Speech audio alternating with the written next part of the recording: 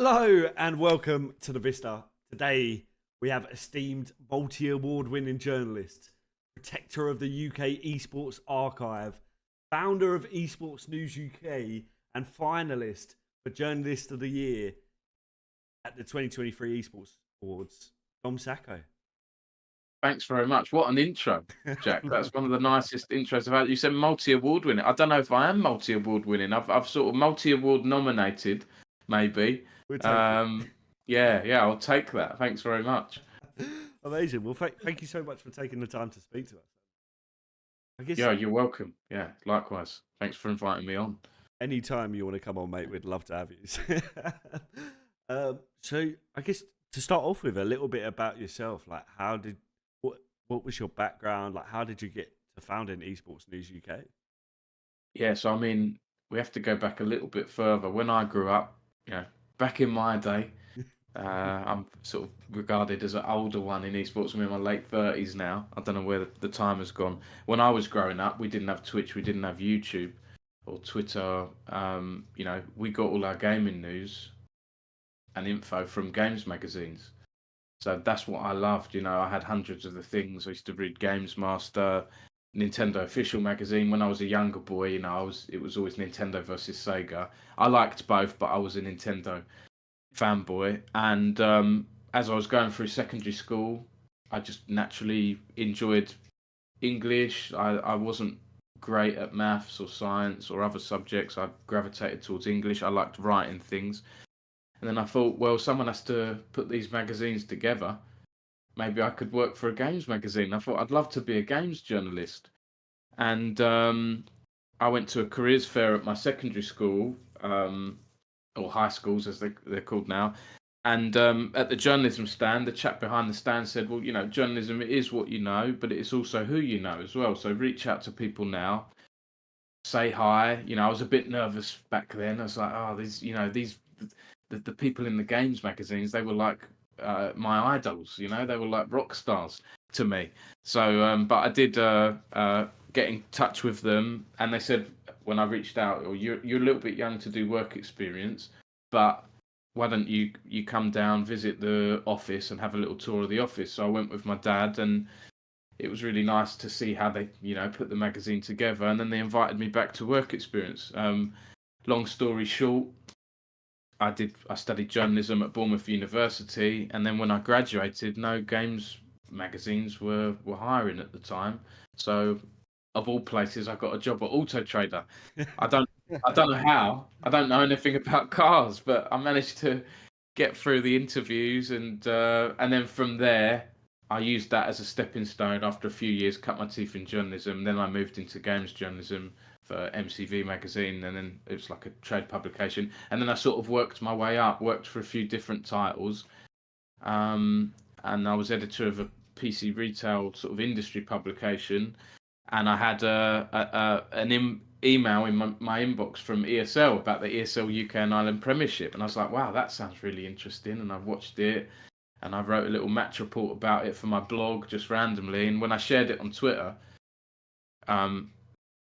went to bed, and when I opened my laptop up the next day, it had been shared a lot, and there were people saying, oh, someone's writing about us and this and that. And I realised the bigger news sites out there, your IGNs of the world and GameSpots and all of that, weren't writing about UK sports. I was like, well, this is a whole area here. This is a whole world. It's untapped. There's a lot of interesting esports players and talent and storylines. And I started writing about it all, and I sort of created that niche, Yeah. So it's a long answer to your question, Jack, but that's a bit of a comprehensive answer to sort of how I got into it. No, I love it, mate. And like outside of that, obviously now you're balancing your family life, Esports News UK, like the amount of events that are going on in the UK esports that we'll touch on a bit later. But like, how do you manage to do it? With great difficulty. Yeah, it is hard. I mean, I do have good support from my wife as well. She works part-time. So the days where she's not working, she's able to look after the kids. So Mondays and Tuesdays, I can get a lot of work done. And then Wednesday, Thursday, Fridays, I have to do the school run. But then I'm still able to work, from between 10 to up to sort of 3 p.m. ish. And then I sort of work a little bit in the evenings. I'm trying not to work so much in the evenings, but I sort of had to accept a while ago I can't cover every story. So unfortunately, some stories, some press releases, they will fall off my news list if it's the biggest stories in the world are breaking in a week. I have to cover those, and I have to drop the others. And unfortunately, that sometimes means interviews get published late. Apologies to Faye Matter. It's been half a year since I interviewed her at Insomnia 71. She's the voice actress of Lulu from League of Legends, and she voices other games. Because I don't like to, I like esports, but I like to focus on the whole sort of gaming culture and streaming culture as well. And I've only just published that interview today. There were other reasons for the delay, but that happens. It's like you're constantly rearranging your to-do list, and it is a challenge. It is tough. But I think the other thing is as well, when you've got young children, as in babies, that's really hard. And there was a year or two around sort of 2017, 2018, when I became a dad for the first time, that I was a bit out of the loop with UK sports, and I run it in my spare time. Sometimes I'll come across things now and think, oh wow, that was a big story that happened in 2017, and I missed it because I was adjusting to parenthood. Whereas now my kids are a little bit older, they generally can, like this afternoon, for example, playing in the garden, and I can just keep an eye on them and edit some text and and then play with them as well. So yeah, it is a hard balance. It is a hard thing to juggle, but I care about my work, and so you have to sort of make sacrifices and just try and keep everything in moderation and do your best to do that. It's not easy. No, I bet. I struggle just with like work and Noctem, so I'm like, how do you manage kids and stuff on top of that? Yeah, and that's why I had to step away from British esports full time a few years ago. Because before Esports News UK, I worked there for 4 years full time, and it got to the point where I had my twins came along a few years ago, and it was like I can't do British esports 9 to 5 and Esports News UK in the evening. Something's got to give. So that's how I made the decision to sort of transition more. I do a little bit of freelance for them still, but it's not full time like I was doing before. Yeah, love that. Things? Yeah, if you had one bit of advice for someone starting out in journalism, what would it be? Yeah, that's a good question. I think if you're starting out in journalism, you'll probably already be interested in journalism or reading articles, writing articles, and so on. My advice, it's a bit cliched. It's a few other people have said it as well. Just do it. Just get started. Set up a blog. There are various free platforms you can use. WordPress, there's a free version of WordPress. Blogger, Medium, I think, is a very good website out there. I know a few writers that will use that. Some of my writers that have covered events for me, they might write a few articles for me from a particular event, but if there's something that's really personal to them and it's the kind of thing I wouldn't publish on Esports News UK, they also have Medium sites as well where they can publish that. And the other thing I'd say is, believe in yourself, because I was someone who I didn't have a lot of confidence when I was younger, when I was growing up, and I got that more when I went to university and when I started working. I know a lot of people, or I knew a lot of people when I was younger. They used to write amazing things and articles or poetry. They wouldn't share it with anyone, and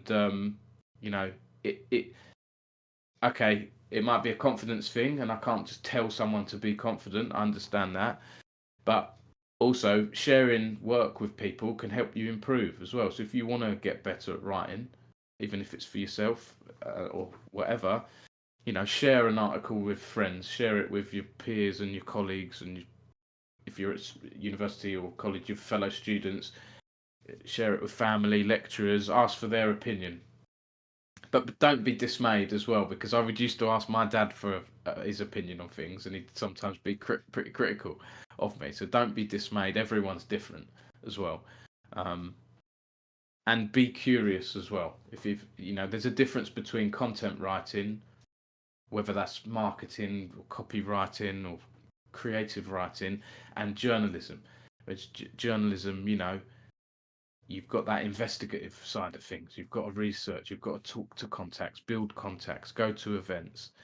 It's really tough to juggle all that. And I'll put my hands up. I don't have a lot of time to do deep investigative work these days. A lot of my content is based on press releases, on interviews, my opinions on things, going to events.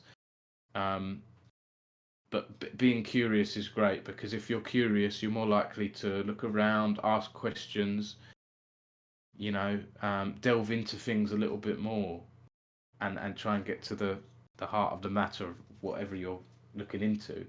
And that can help as well. Curiosity is important. Perfect. Class. Long answers I'm giving, aren't I? No, I hope I'm this not is boring perfect. anyone. It's It's great. perfect. Oh, It's great. I mean, the more the better. I mean, I guess one from me would be, I mean, what's your biggest learning experience since stepping into esports news?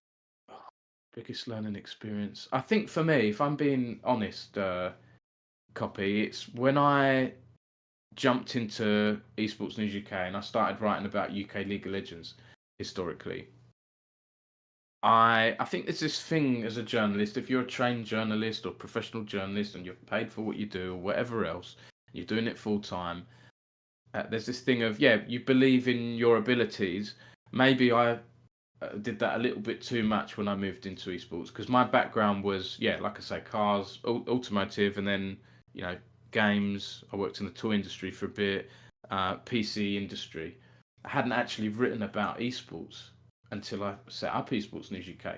And I probably at the time thought my knowledge of esports was greater than it actually was, because I was writing about UK League of Legends, believing the players to be pro players and this and that. And it took me a little while to realise actually just how grassroots this is. Okay, I knew the prize money wasn't high, but I was writing maybe too professionally about a scene that was very grassroots. And I think because of that, it took a little time for some people warmed to me straight away, but for some people in the community to warm to me and accept me. And I think the more events I went to and the more I started to understand and the more people got to know me, there was like, oh no. And I started to get it. It's like, oh no, Dom gets it now. And when I was sticking around it went beyond a year and this and that, then the acceptance started to come through that, oh, Dom's not going away. Let's talk to him more. And I had more people reaching out to me.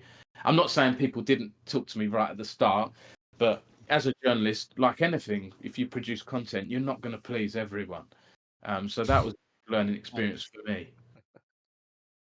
No. I mean, that's quality. That's something I always say as well, right? Like you say, you're never going to please everyone, but it's one of them. I always say, like, you're going to have to get used to me because I'm not going anywhere. And it sounds like, I mean, you had a similar mentality, right? Like, I'm going to be here. You don't have to like me, but I mean, you're going to have to see me a bit. So we're probably going to talk at the events. But I love that. I mean, you said about it, like, it was a category of players that weren't used to having such professional coverage. I mean, do you see that as a bad thing looking back on it? Would you have changed that now? Or would you still do it the same? Because I mean, I quite like it. Yeah. I know I could say it's futile looking back, right, because you can't change the past. Maybe I would have, I think, reached out to some players, I think, individually a little bit more and jumped on. Back then, we didn't have Discord when I set up Esports News UK in 2015. It was all Skype calls. Maybe I would have reached out to a few more people on Skype instead of, commenting on Twitter and so on, and arranged a few calls and, hey, I'm new in the space. I want to understand it better. Can I talk to you? That kind of thing. But I don't really have regrets. I mean, it makes me laugh, right? Now, if you look even to a couple of years ago, there was all this talk of there being a League of Legends nation-based World Cup. Forget the Saudi stuff for a minute. Before that was announced, there was talks of Riot doing their own World Cup where you'd see, the UK versus France versus South Korea and so on. And I saw a lot of excitable, social media posts, people really excitedly writing about, oh, who would we have in this team? Who would we have in that team? And taking it seriously. I did that exact same tweet back in 2016 and I got laughed at when I said, hey, if we had a League of Legends World Cup, who would Team UK be? and I had everyone laughing at me. Basically, some were taking it seriously, like haha, UK and the World Cup. I think standards have changed. I think esports has professionalized a lot in the 8-9 years I've been doing this. Yeah. So, what was your question again, Copy? I've gone. To be honest, I mean, you've Would I do covered it something there. differently? No, Yeah. I think you made a great because we touched about like the professionalism you brought towards that category, and I think you made a great point I didn't even think of. Is that I mean, probably 8-9 years ago when you started it, right? I mean, even now, I feel like there's so many people in a day-to-day life that have no idea about this, right? And it's all still very new. 8 to 9 years ago, I hate to think what it was like for you coming in. You said with Skype, no Discord, like trying to do all of what like you see a lot of professional outlets do now back then. So I mean, yeah, it's typical, and I think you've answered everything. I mean, incredible from you, to be honest. I mean, Thanks. And, fair and I play. want to Well done. say, right, I wasn't the first. I know I set up Esports News UK, and there wasn't a publication dedicated to UK esports, but there were people doing this long before me. Richard Lewis, K Dread, Dick Zerto was set up before me, and got some good investment in, and they were predominantly a Call of Duty esports site back in the day.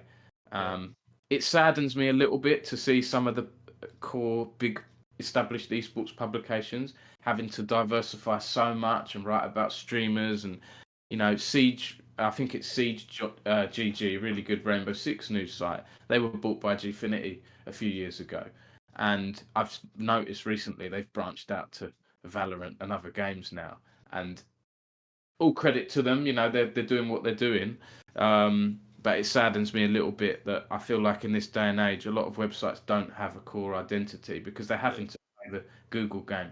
I don't ever want to do that, and this is why I don't want investors, Esports News UK. I'm happy to keep it independent because I don't want to be writing about how to beat this boss in Zelda and look at this amazing patch notes on League of Legends. Yeah, I'll do a little bit of it, but I don't want my site to be just that. Because when you do that, you get people coming in from Google, finding the content they want, and then going away straight away. They don't care where they got the content.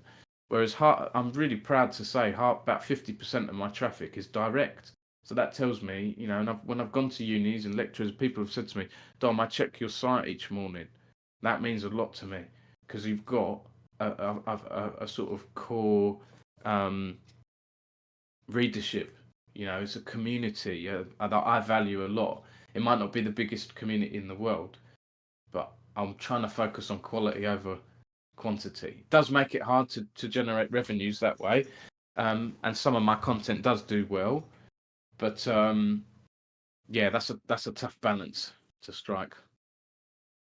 I mean, you definitely do the quality side of things. I mean, when we first started the Vista, so our first episodes last year, we had a little section on like big news stories towards the end, and I was like, where are we going to get the news stories from? Let's go to Esports News UK. Thank you, but I guess you won't be covering like League of Legends and stuff, or do you do a mix of everything? So we don't do it now. I think it was like when we first started, it was just like testing things to see what would do well, because then you sort of have one podcast, but if you got 6 sections, you can get 7 videos out of it. Yeah, that's great.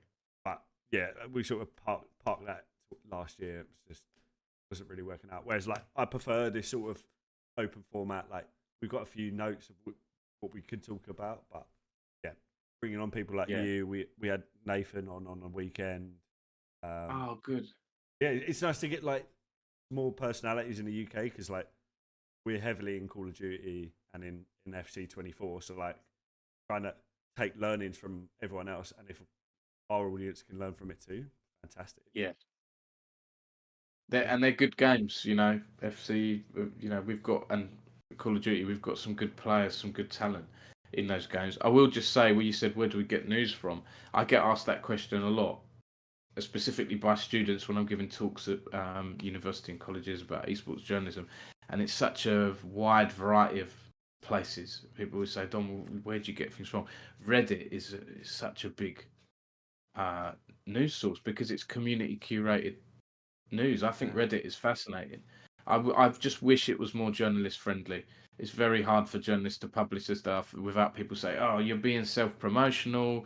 You've got to post whatever it is. The rule used to be 9 times per one article you shared, and so because of that, it puts me off sharing my stuff. I don't really share my stuff on Reddit. It's very rare that I do that these days. But press releases, I get a lot of my news from press releases and just talking to people, DMs and so on. Yeah. I mean, I'd hate to see the state of your DMs because you must get hundreds. Yeah, I do get a lot, but I have to say I've put boundaries in place. I've put rules in place. If it's after 6-7 p.m., I'm not going to be responding on Discord. Like, I don't have Discord alerts on because my phone would just be going all the time, and I'll respond at my own pace. If there is a big story breaking, my writers and people close to me know, they'll text me, and I'll see that. If Giant X has signed Faker Yeah. now, someone will text me. I trust people, or I'll see it. Someone will let me know, and then I'll just jump on that story. But yeah, it's not too bad, Jack. Honestly, it's not too bad. It's pretty manageable. I try and check my DMs a few times a day. Fair play.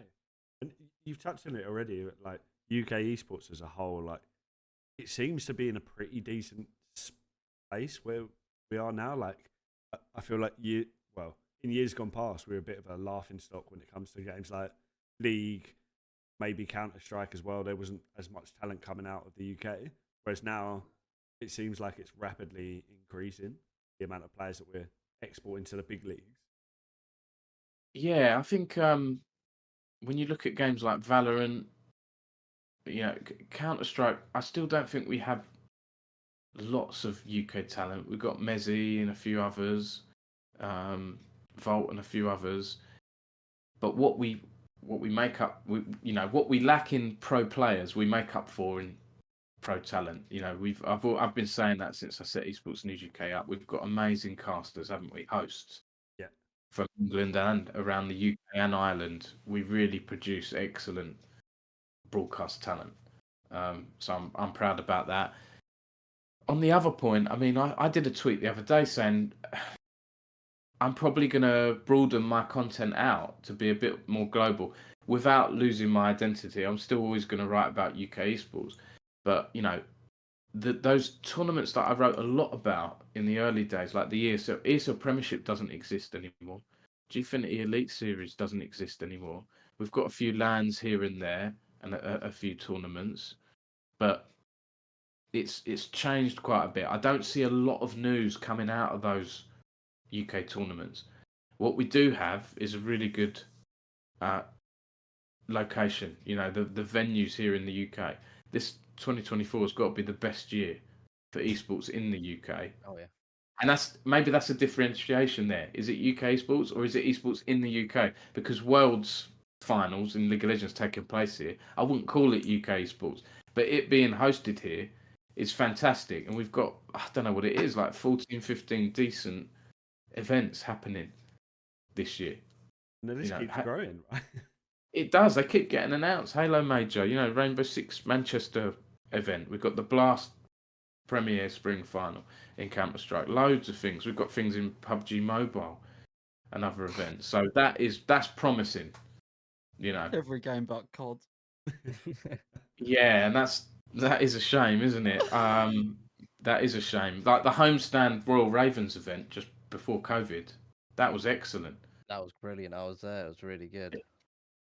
See, I wasn't there for that. I had one of my writers go and said, Dom, this atmosphere is absolutely amazing. And he put the clips in the article. And, it's a shame we've lost Royal Ravens out of, London Royal Ravens.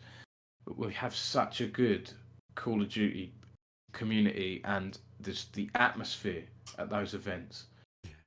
I really hope they bring one back, I mean, we went to, there was one in Middlesbrough a couple of months ago.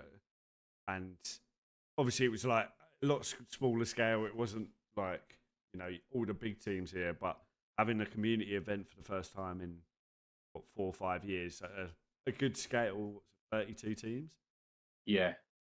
And like, even the atmosphere, you could feel it in that room. It was just electric. Like everyone was so excited to have it there.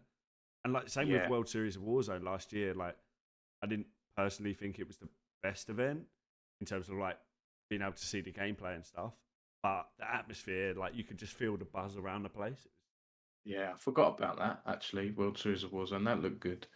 And Some- actually, yeah, go on. Sorry.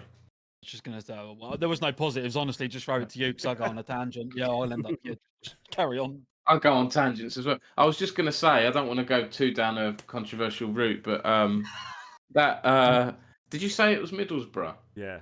Yeah. Yeah, Wired lobby. that place has just closed, hasn't it? Yeah, Yeah, That's been on my list to write for a while, and I'm waiting to hear back from people.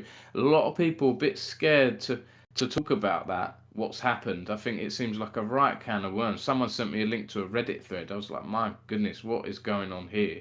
So if I do an article, and if people aren't going to talk to me, I'll just have to keep it pretty simple. But I need to write about it. There's obviously, I think that's going to be an ongoing story. We might be able to put you in contact with some people there, Dom. Right, okay. Yeah. Well, I'm glad I've done this podcast. Yeah, and if anyone wants to talk off the record, you're welcome to. Here we go. People watching this podcast. This is journalism live in action. I should have reached out to you guys actually. Yeah. Oh. We don't have to go on, obviously, on this podcast. I don't want to stick. This is what I say. I don't want to go too controversial. And this is journalism, right? You can't just write about. Some people moan at me. Well, Dom, you only ever write about my org when we've done something wrong. It's like, I think people have a selective memory. It's like, no, I've written about your LAN win here. I've written about your new roster there. Talk to me. I don't know every positive thing that an org has done. Reach out to me. The reason I've write a lot about orgs like Giant X and Guild Esports is because they send me a press release pretty much once a fortnight or more. Jeez. They're talking to me. They're keeping me updated. Not all the smaller orgs do that, and I understand it, resources and everything. Anyway, I'm going off on a rant here. Oh, I love it. Continue. Can we have him on every week? To be honest, I mean, some brands get it right because I know if I had my own brand and I wanted someone to be pushing my stuff, I'd just be messaging them, right? I mean, you just feed them with the details and they've got to sit there for hours producing the content. Like, it's a no-brainer to me, but some brands just don't get it. And I mean, we see it in Call of Duty all the time. Some brands don't really understand the space, but it's Yeah, refreshing to hear it's not just Call of Duty, to be honest, because I'm sat here sometimes and I'm like, wow. And like the wired lobby venue, I mean, I don't know. that was it. The wired lobby. Sorry. I Yeah. knew. Well, I know what's happened there, Yeah. and like, just it's absolute. It's bonkers. It's absurd. I mean, I don't understand it. I just feel sorry for Katana, who had the partnership with them and hosted the event. Luckily, he hosted the event and got out, and didn't book another one before it all happened. But it Yeah. did sound like the venue was pretty transparent about the issue that was happening, and I think Katana expected it. So I mean, Yeah, it's I a did reach out to Katana. yeah, it's a bit of an odd one, but if I'm honest, they're great people. They tell you the information. I can't see why not, unless there was some mutual agreement that they couldn't. Yeah. But they're an open book, and I think you've got to be with something like that because it wasn't their fault. But if you start hiding stuff, then it soon can look too good. Yeah, if you start hiding stuff, sure. I mean, if you can try to, but this is the internet, right? People will ask questions. If it might not even be me, it might be someone who, is deeply, deeply upset about this happening, and no more COD events there. Who will find out about it and do a Reddit post, and then it's gone public again. I always think it's a matter of time with these things until more info comes out. But it's sad to see, and that's one of the things. Like I say, I can't just write about the good stuff. I have to be objective and fair, and cover the good, the bad, and the ugly. I set my site up to write about the talent here, the tournament wins. The good. I want to tell the good stories. A story about a UK org winning a tournament, unfortunately, won't get as many views or people talking about it as a negative story. And I don't know if it's my age. The older I've got, I'm just less interested in drama. I've seen it all. I feel like I'm writing the same story over and over again. Oh, you owe us this money. This all goes this money. Oh, but there were no contracts. This and that. Like I've seen all of that. I've done it to death, and I'm sick of it, to be honest. So I don't cover drama stories as much as I used to. If it's something really, really serious, then obviously I'll look into it. But yeah, it might be my age. I've had enough of drama now. I try and be balanced, but focus on some of the positive stuff as well. Yeah, it is tough, right? But we can move on to something a bit more positive and like touching Steering on. me off it. Yeah. Well, you could literally sit here for about 4 hours just ranting. So Yeah, we did. hey, things, do you want to touch on the Yeah. events? Well, I'm a big LAN fan myself, and in the UK we've got a lot of big ones coming this year. Of course, Yeah. we've got CS, we got Halo recently announced, League of Legends Worlds, Rainbow Six. What are you most looking forward to? I think for me, I mean, with my League of Legends background, it has to be the World Championship for a few reasons, right? We haven't had a World Championship event in the UK since 2015 when I was setting up Esports News UK. I think that was the quarterfinals of Worlds at Wembley SSC Arena or whatever it's called. And this year, we've got the grand finals coming back, and it's at the O2. So I think that's going to be really special. I'm hoping to do some kind of, side event. I've done a few little networking parties and things like that. It has to be Worlds for me because we're going to see two of the best. We're going to see the best two teams in London, and so I'm excited for that. But there are other ones, Rocket League, the Rocket League major. I'm hoping to bring my eldest son. That's going to be his first esports event, like live esports event he's ever gone to. So, my heart is my heart is League of Legends and Rocket League, but for different reasons. I think the Rocket League one, I won't be covering it quite as much. I'll be enjoying watching it with my son. But the League of Legends one, I'll be working hard and probably interviewing, players and casters and all of that stuff. So yeah, those two for me. How about you guys? Oh, I know mine. Well, I've been getting into the esport a lot recently. I think that Halo major is going to be really good to go to. I'm going to really enjoy that. Yeah, I loved Halo growing up. I'm old school, so I remember the old original Xbox Halo 1. But for me, Halo Reach, Oh, that was a special game. that's a good choice. The multiplayer on that, I got out of all the games I've played over the years, I can't remember what the rank system was, but that's the highest rank I've got in a competitive game was Halo Reach. I was very close, to going to Emirates Stadium for, I don't know if it was EGL or something like that tournament. I was getting a team together to go. Something came up, I couldn't make it, and I was really gutted. But yeah, I think that's going to be great. The only thing with me, guys, is that Halo Infinite, I couldn't get into it. I wasn't a big fan of some of the maps. I think I was comparing it too much to Reach. I played a little bit, but not as much as like the Halo 3 days. I've played quite a lot of Infinite. I think after playing it for a couple of hours and a couple of days, like the maps are actually better than they look when you're just watching it. Like they really work nicely. They're really good maps. Yeah. Maybe I got a bit unlucky. Maybe I kept getting the same, couple of maps, and I should give it more of a go. There's next weekend sorted. Yeah, there you go. Yeah. And COD, I remember when Modern Warfare came out, that changed everything. Because when I was growing up, the big war game wasn't Call of Duty, it was Medal of Honor. Same, yeah. That was the game, wasn't it? That was big. I know there was Battlefield as well and other games. Yeah. But when Modern Warfare came out, and then when Modern Warfare 2 came out, that was so big. And I played that a lot with my friends. I don't know how old I would have been. Late teens, early 20s maybe. But Modern Warfare 2, the original one. So I was a big COD fan back in the day. The problem for me with games like COD and FIFA and EAFC, they're very similar games each time, aren't they? Yeah. Yeah. I like to try new experiences, single player games. I like my Final Fantasies and, adventure RPGs, Cyberpunk. I'm not a big fan of buying a similar game. That's the thing, it's every year as well, right? So it's like 70 quid a year. Yeah, it's expensive.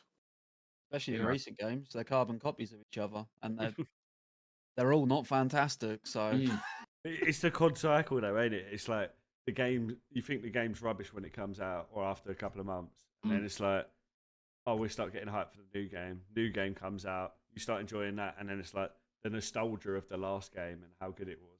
that's just the last 3 years, Jack. when you just said the original Modern Warfare comes out, like I got excited right here in the old Modern Warfare 2, and then it just hits me of the last Modern Warfare 2 we had last year, and I'm like, so Modern Warfare, I loved it, and now I hate it at the same time. Yeah. I don't know what they're doing on these. And that's the thing with reboots, Yeah. isn't it? Yeah. Right? You know, a reboot, it can be good, Yeah. but then if it's not 10 out of 10 or 9 out of 10 like the original was, it's going to dampen your views on that as a whole. You know, we've been lucky over the years. I'm, you know, one of my Resident Evil 1 on the PS1. I'm that old. I played that at 10 years old. My dad shouldn't have really let me play that because I had nightmares from that blooming game. But when the remake came out on the GameCube or whatever it was, I think early 2000s, that was amazing what they did with the graphics and everything. I was like, oh, this is incredible. You know, and then they've done other remakes, haven't they, over the years? Yeah. Resi 2 came out. That was brilliant. Resi 2, the remake. Yeah, I'm waffling. I'm waffling. But it's the Activision milk machine, isn't it? Yeah, You know? yeah. Oh, Jack, this is never ending. This episode. It's like there's rumours of them not fixing their anti-cheat because they know every time they ban an account, they have to buy a new version of the game. So it's like, oh, well. I agree that the anti-cheat's a myth. Continuous The anti-cheat's moneymaker. a myth, mate. And I got people on my Twitter replies like, "Oh yeah, the anti-cheat's doing this, this, and this." And it's like, fella, mate, that anti-cheat's a report and ban system, and anything else past that is a myth. If you think otherwise, you must be drunk. There you say they just milk your money. It's just an absolute cash cow, and then they put minimal back into the competitive side of it, and it's like fantastic. Hurts me head. They're greedy at the top. Yeah, World of Warcraft's one of my favourite game series of all time. Right, I absolutely loved World of Warcraft. Vanilla World of Warcraft, like nothing matches that for me in games. And when Activision bought Blizzard, and it's just slowly seen what they've done to the game over the years, it is demoralising and upsetting for me as an original player of that, you know, Vanilla WoW experience.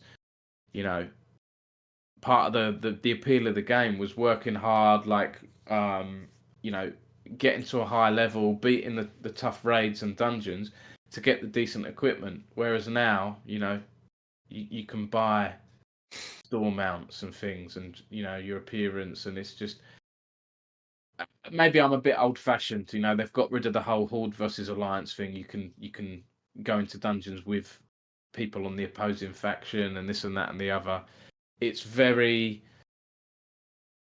kind of like Disney-fied, you know. Yeah. League of Legends are kind of going down that route a little bit with some of the characters and this and that. I don't mind it. I get they want to appeal like to lots of people, but Activision, sadly for me, do focus a lot on revenues, don't they? And I thought the Microsoft acquisition would change things. I haven't seen much change. It might take some time though. I'm giving it a bit of time, but yeah, I'm surprised we haven't seen too much. But I mean, we're still in like the same game, right? That the acquisition happened. So if you think about it, Microsoft, they've got Halo and Call of Duty. Could be incredible. It could be, couldn't it? One LAN, two games. Like, yeah, be a takeover. The potential they have is massive, and I hope they do sort of realise that potential, what they've got, you know, and all other things. Overwatch, you know, it amazes me as well how different the esports scene in Overwatch is to Call of Duty. We've still got the Call of Duty League, right? I know they announced some changes the other day, but Overwatch has gone in a different direction. Yeah, well, they killed it, but the only reason it hasn't fully died here is because of its Call of Duty. It's a household name. Like I don't think you can ever really kill it. It's No. Like it's a no-brainer. Everyone's still going to buy it each year. Or good, like it's a cash cow, like we said, right? I don't see how you can ever put it in the bin. But like Overwatch, like they've killed that with the same structure. So why they thought it was going to work here, I don't.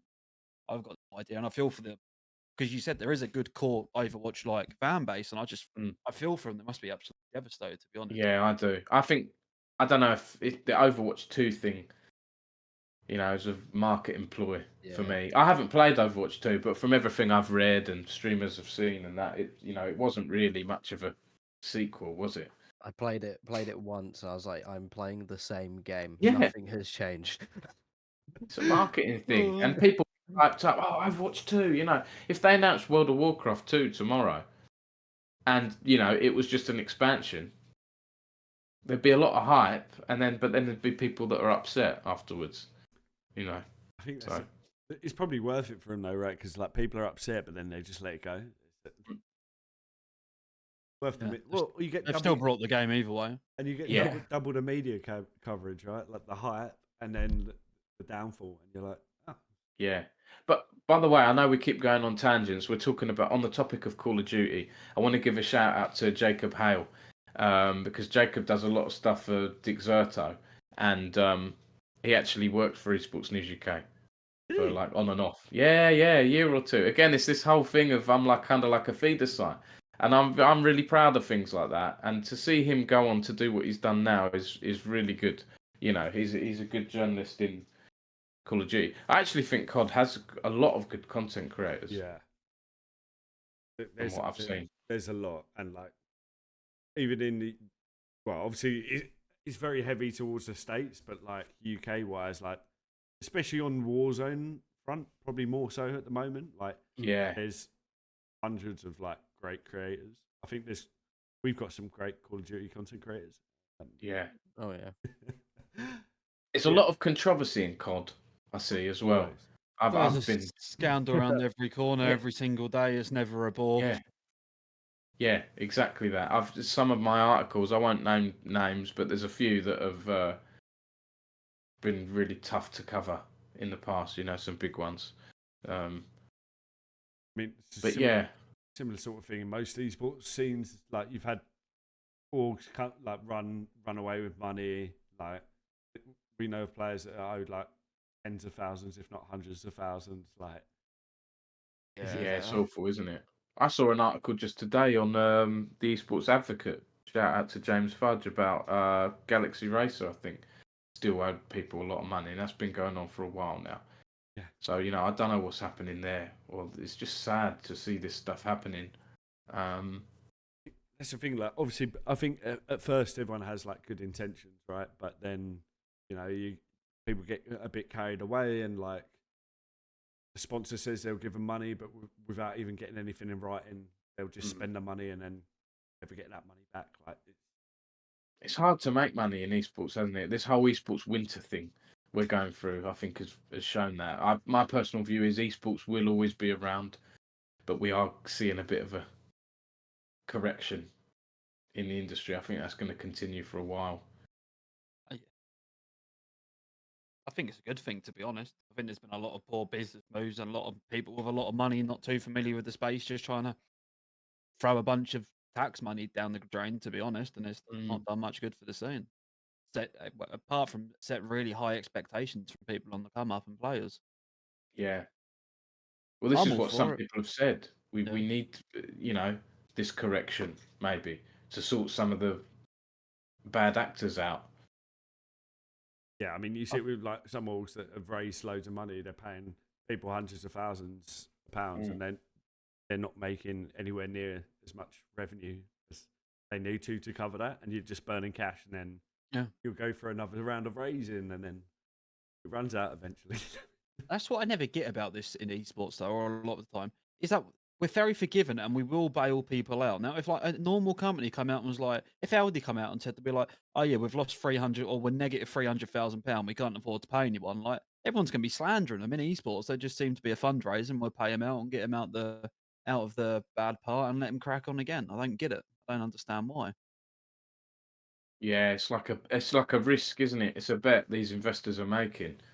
Oh, if we turn things around, esports could come good and this and that.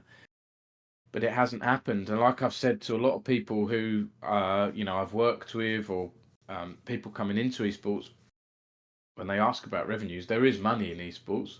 It's with the game publishers and the players or the high-level streamers. That's, the talent. Everyone else, the orgs, the teams, agencies and news publications are all, kind of struggling or trying really hard to make a good go of it. It's tough, isn't it? We are at the mercy of. We rely so much on the game publishers. Yeah, they could cut off access tomorrow.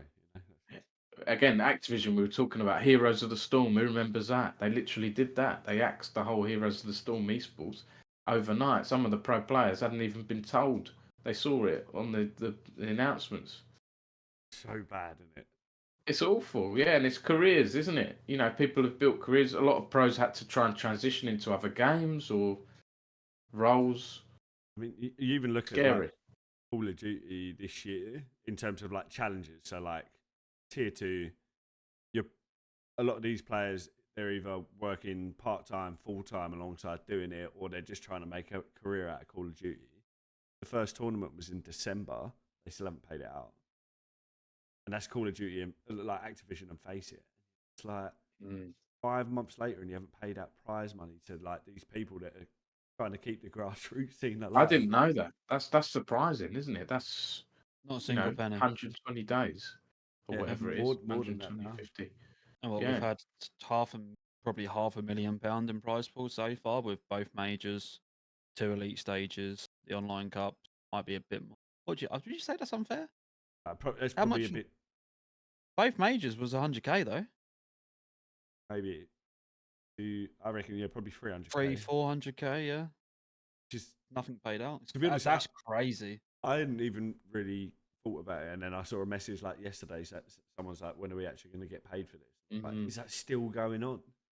Because you'd expect some people in esports I've seen in grassroots esports, they expect to get paid very, very quickly, and it's like, you know, a lot of 30-day payment terms tend to be standard, right? Yeah. As someone who's just, you know, a small independent business owner, sometimes 60 days, okay, that's not the end of the world. But when it gets beyond 60 days, whatever it is, I don't care what company you are, or if you owe money, I don't think that's acceptable. No, No, not at all. When you've got bills to pay and everything else. And They're like, not going to wait 2 months. no, exactly. You imagine No, that. 2 months would be too long for a lot of people. And some, yeah, you know, if everyone stuck to 30-day payment terms, I think that'd be great. The thing What is, you as should well, I work in finance in my day job, right? I generally don't know any reason, like any valid reason, that you couldn't pay everyone in 14 days. Like, there's no valid reason for like a game publisher who earns billions to not be able to pay people out like within a week. Yeah, completely. I try, you know, when I hire, I'm a small independent. If I'm hiring someone for something, it's after the work is done, I try and pay them straight away. Once it's published and it's done, and there's nothing outstanding, that's it. You know, I've had, I mean, talk to people like Epic LAN. John, shout out to John at Epic LAN. He's very public with when he's owed money. There's he posts a list of, like, you know, what he's owed money owed to him and when. And I think some has been well over a year, maybe even 2 years. I think I saw 700 days or something. I could be wrong. Jesus The worst for me Christ. was 6-7 months. That's my record so far. Oh, Is it still all going? No, like it was all right. Yeah.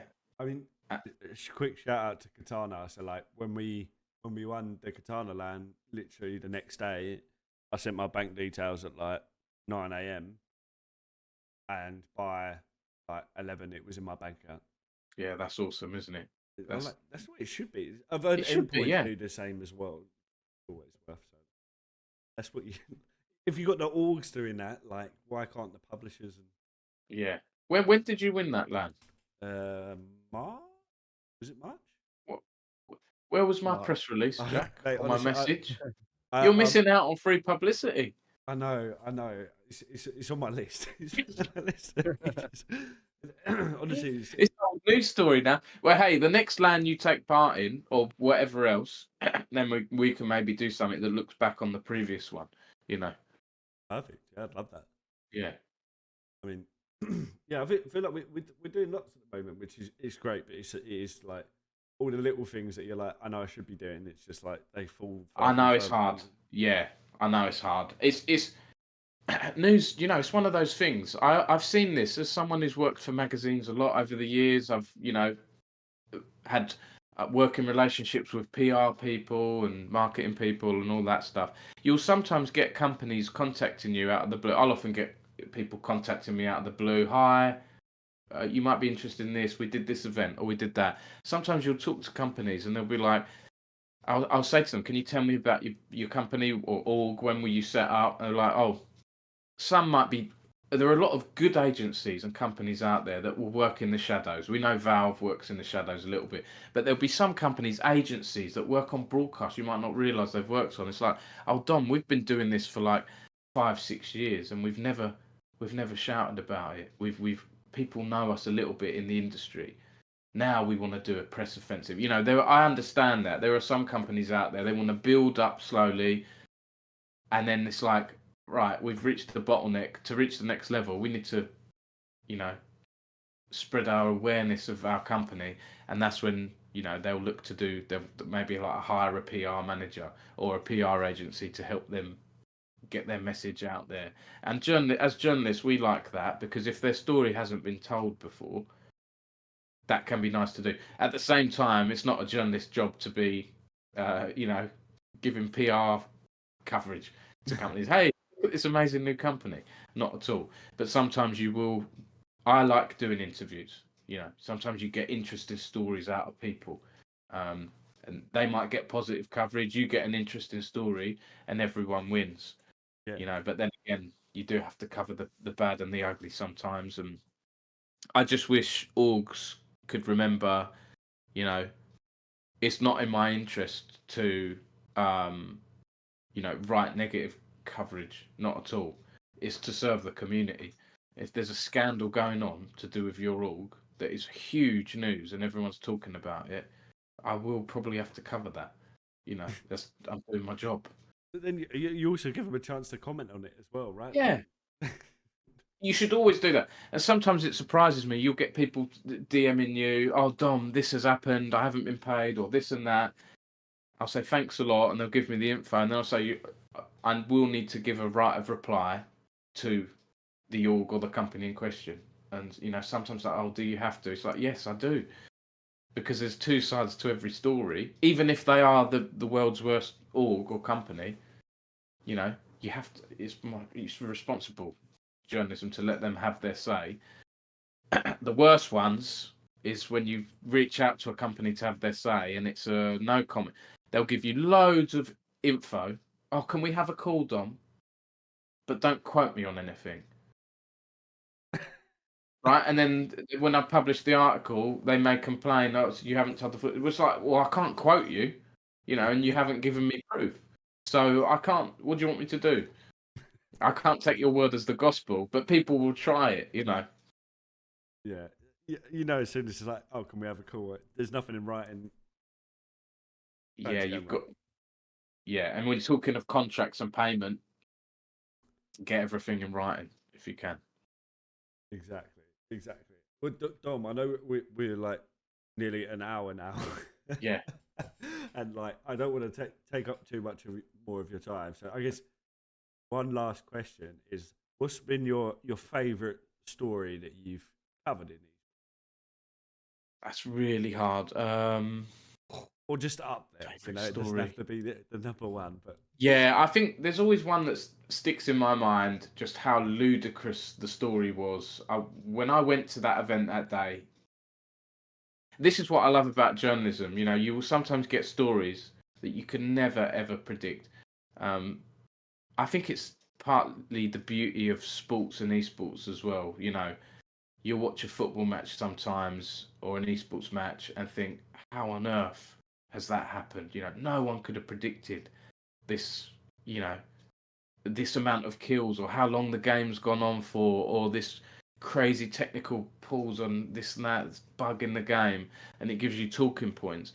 And I think one of the weirdest news stories for me, it was at MCM Expo in London back in 2016 or 2017, and we had the ESL Premiership in Hearthstone, of all games back then. Hearthstone was quite big at the time, and we had the ESL UK Premiership like finals there on a really nice stage. They had this amazing stage. They turned it into like a Warcraft tavern.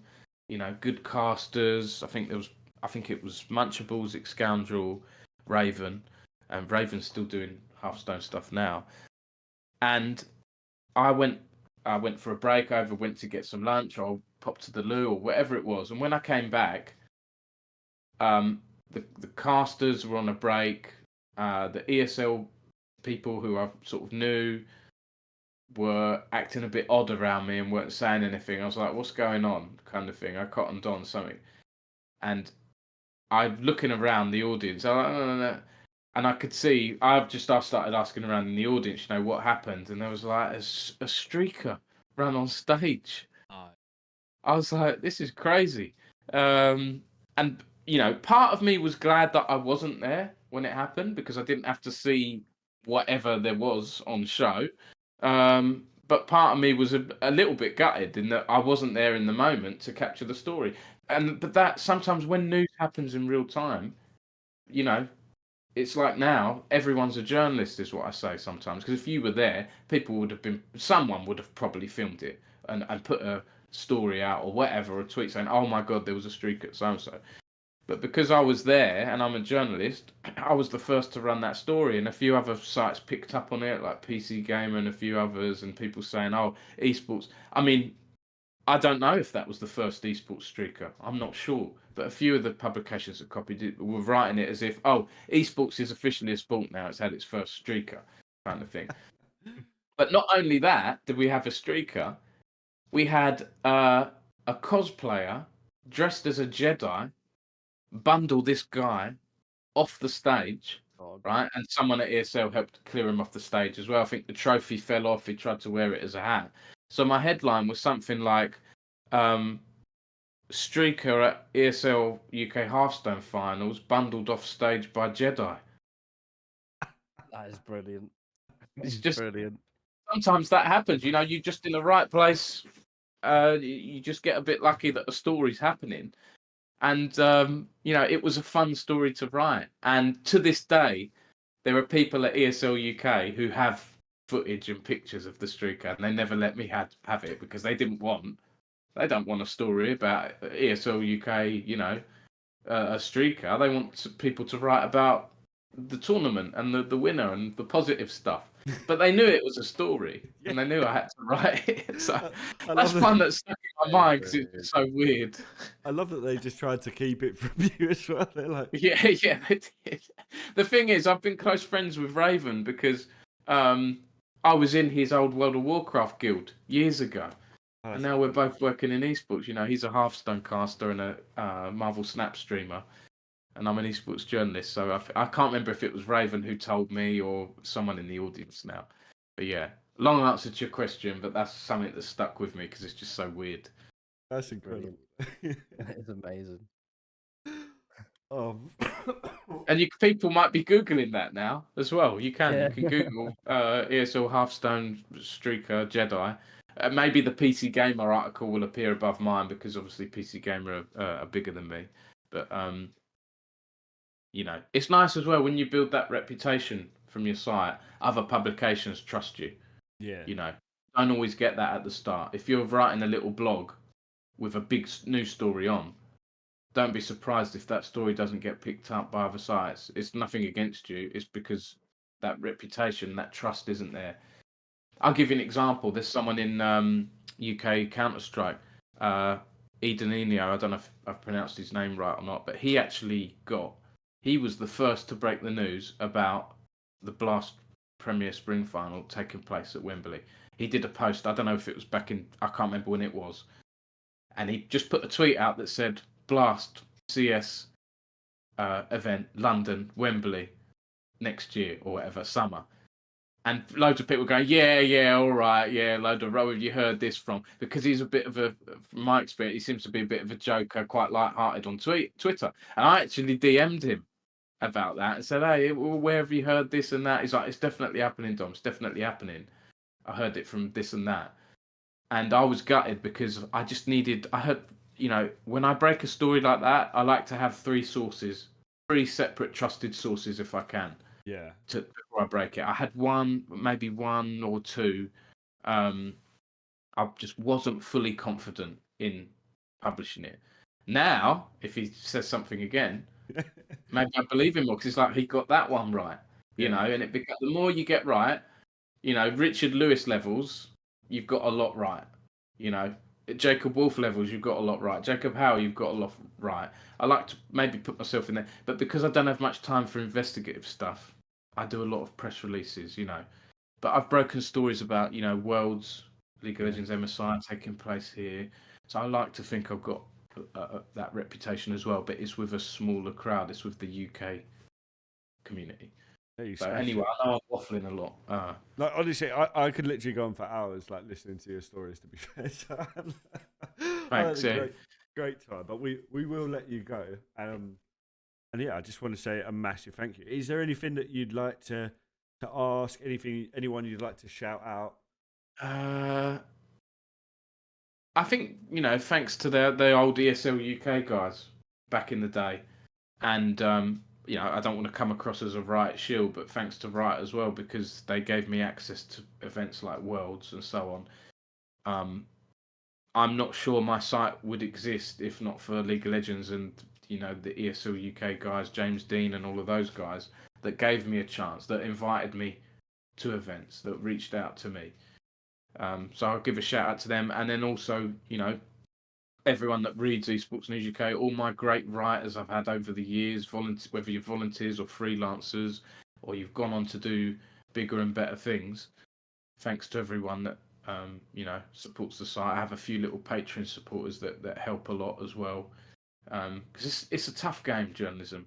It is in a bit of a it's not in the best of spaces. But I do think journalism will always prevail. Good journalism will always prevail. And I think we're moving more towards individual journalists doing their own thing, Substacks, rather than publications. I think there's a space for publications, but I do think it's changing a bit. Well, people seem to have more trust with individuals than they do news brands. I think as well, you get to like someone's style of writing and like the person behind the account as well, right? So that all adds onto it. Yeah, and same for you guys, right? And Noctem and the stuff you're doing. The same applies to orgs, I think. Yeah. You build your own brand, you become known for certain things. You guys, when I think of you guys, I think genuine, Appreciate that. Yeah. There's loads of different orgs out there, isn't there? Ruddy in League of Legends are known more for honestly, their... I love those guys. Yeah, they're good. And and then there's other ones like Verdant, they seem to be a bit more, they're all just very professional, no drama, steering away from drama. There's room for everyone. Yeah. In esports, I think. Yeah. I think there's loads of good orgs in the UK, right? From grassroots all the way up to your pro teams, and hopefully we just continue to see the scene grow. Yeah. Do you guys have any other questions? I know I've spoken a lot in this podcast, so apologies. I do that. I do waffle on. If there are any other comments or questions you guys have. I'm good over here. I've heard so much. I'm like everyone said, we could talk for hours. This has been amazing. Yeah, I love it. I guess excited to see you in person again soon, Dom. Yeah, I'm sure I'll see you at an event. I don't know if you're interested in Dota, because I'll be at ESL 1, Birmingham. See, I know like League of Legends is confusing, but Dota to me is just like the next level of confusing. Like I love League, but Dota, I've tried watching it; it's just too much. Yeah, I'll hold my hands up. I don't have technical knowledge of Dota. I know I can do the basics. This team signed this player. This team's won a tournament. This is why I'm bringing shout out to Wade White with me, because he knows Dota, so he'll be my brains. I love that. At ESL 1. Yeah, because when is that? June? It's due. It's well, I think it's throughout this week, but the LAN finals is the weekend of 27th and 28th of April. So when we're recording this, it's next weekend. Jeez, I didn't even realise. Yeah, it's come around quickly. Incredible. Well, thank you again, Dom. Like, it's been an absolute pleasure. Yeah, You're welcome. To seeing you soon. Thanks everyone for watching. Thanks for inviting me on.